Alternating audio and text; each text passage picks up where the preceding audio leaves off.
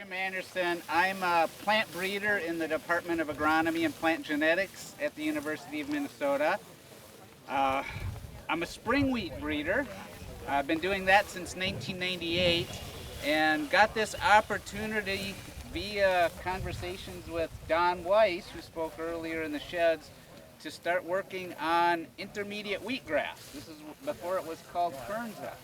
And it all started with me putting my name on a grant with Don to do some breeding of Kernza. And as he left my office after I agreed to be a part of this, I asked him, Don, what's the chance that this is going to get funded? And he said, oh, about 5%. And I thought, oh, okay, I don't got nothing to worry about. Well, it got funded. And here I am 10 years later, standing in a field of our first variety, MN Clearwater. So let me take you to the process of breeding this variety and then what's to come in the future. So MN Clearwater is the product of selecting from about 600 individual plants that were passed on to us by the Land Institute in Salina, Kansas. The Land Institute has been breeding intermediate wheatgrass or Kernza since the early 2000s. So they had a pretty good head start on us, went through several rounds of selection, making improvements. Among those 600 individual plants that we got, there's a lot of variation. Anybody could see it. Plant type, how much they spread, the height, the seed head, the seed size, all of that. We selected several of them to cross together. It's a naturally outcrossing plant, so we selected 7 that we thought were the best in terms of shorter height, larger seed, good threshability. Let those 7 intercross together. That gave us about a pound or 2 of seed. Spread that out in a plot, let that intercross, and we'll just let that process of seed increase, just open pollination, seed increase go for 3 seasons. The result is what you see here, MN Clearwater.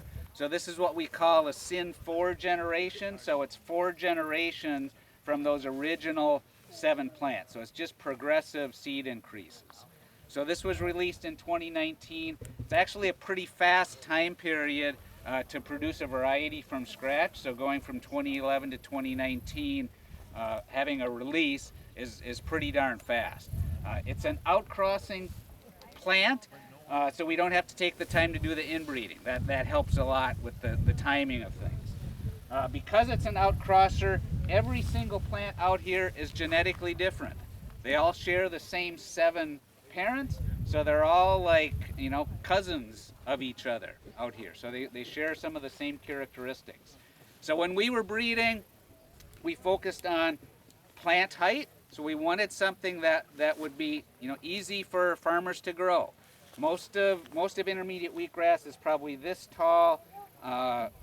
It would fall over in any decent rain or windstorm. So we focused on reducing that plant height, trying to get it sturdier, stronger. Also the seed heads. So this is a pretty decent one here. So we're looking for bigger seed heads, larger seed, also threshability. So naturally the seed does not thresh out freely like a wheat kernel does going through a combine. It's more like a little bit more like oat, where some of them stay in the hull. So that's a trait we're trying to breed for, to make it more like wheat so it threshes freely. What that will mean is it needs less processing, less time for dehulling, less hulls in transport, because it's just volume. It's just taking up space and weight. Question? If that goes too far, then it becomes shattered. Yes, that's exactly right.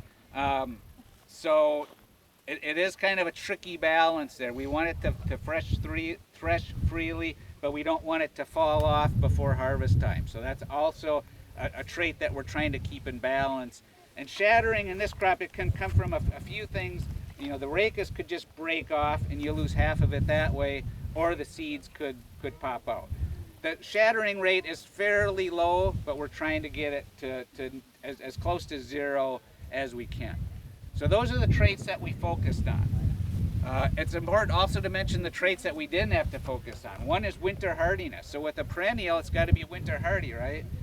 We're seeing very low rates of plant loss in the winter. In fact, I can't think of a single example where we lost a plant due to winter kill. We've had some loss when it's been under ice for 3 or 4 months in the winter, but not due to winter kill. So I think it's at least as good as winter rye in terms of winter hardiness.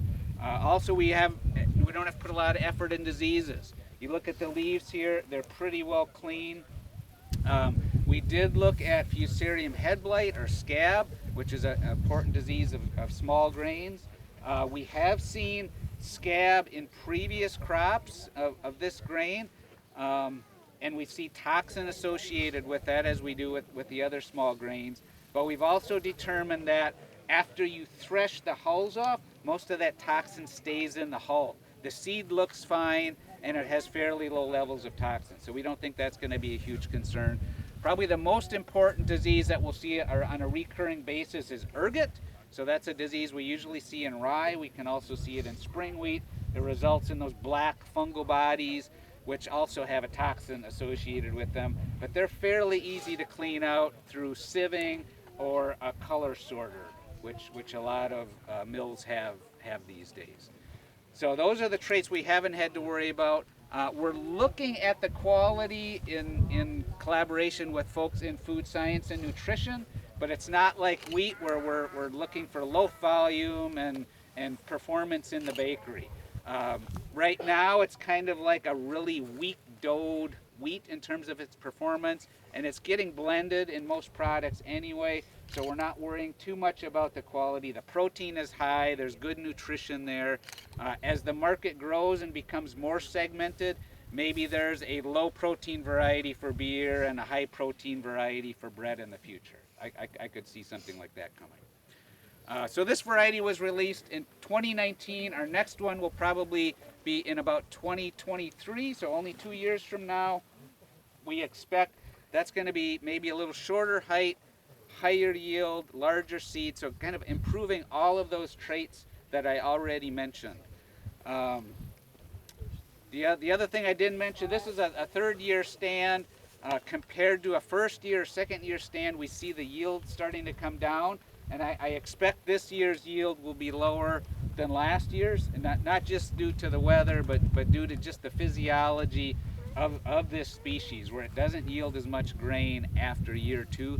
That's something we're trying to improve upon through breeding also. Selecting for varieties that will yield more in year 3 or 4. Because if you're putting this in as a perennial, you probably want to get at least 3, if not 4 years of grain production out of it.